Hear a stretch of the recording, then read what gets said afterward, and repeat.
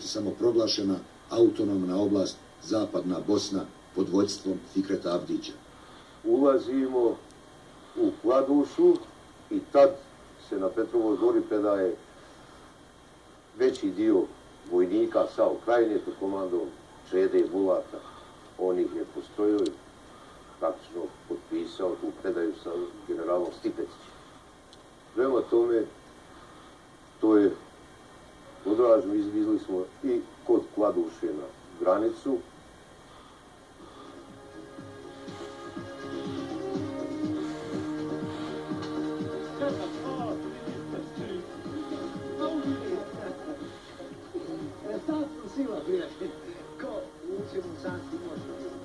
Gledaj.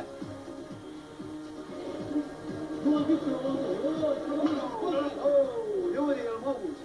Hajkovske municija. Je li moguće? Ja sam sa neodobravanjem, da opišem kako dočekao početak Oluje.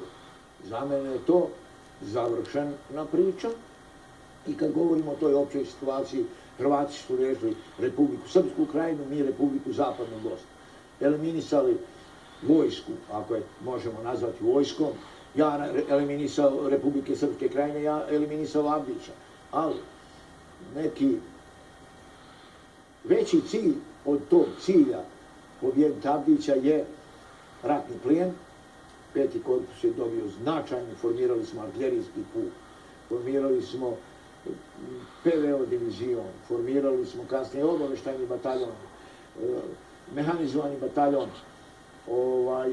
i jedno uvjerenje našeg naroda u konačnu pobjedu. Hrvatska vojska 12. septembra 1995. godine ulazi u Šipovo, a dan kasnije u Jajce i Drvar.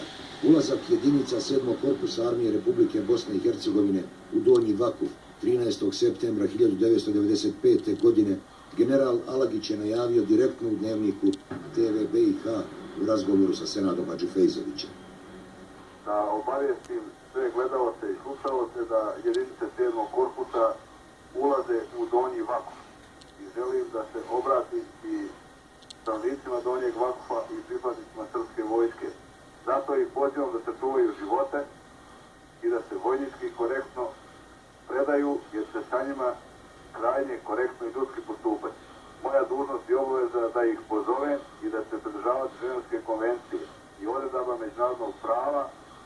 Pozivam ih na časnu predaju. Nepokretni i bolesni neka ostanu u svojim krevetima i tamo će im biti pružena pomoć.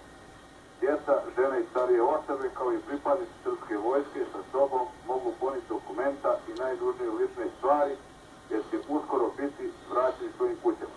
Posebno naglašavam da na vas neće i ne smije biti pucano, otvarana vatra, što vam garantujem svojom riječju i čašću kao komandant.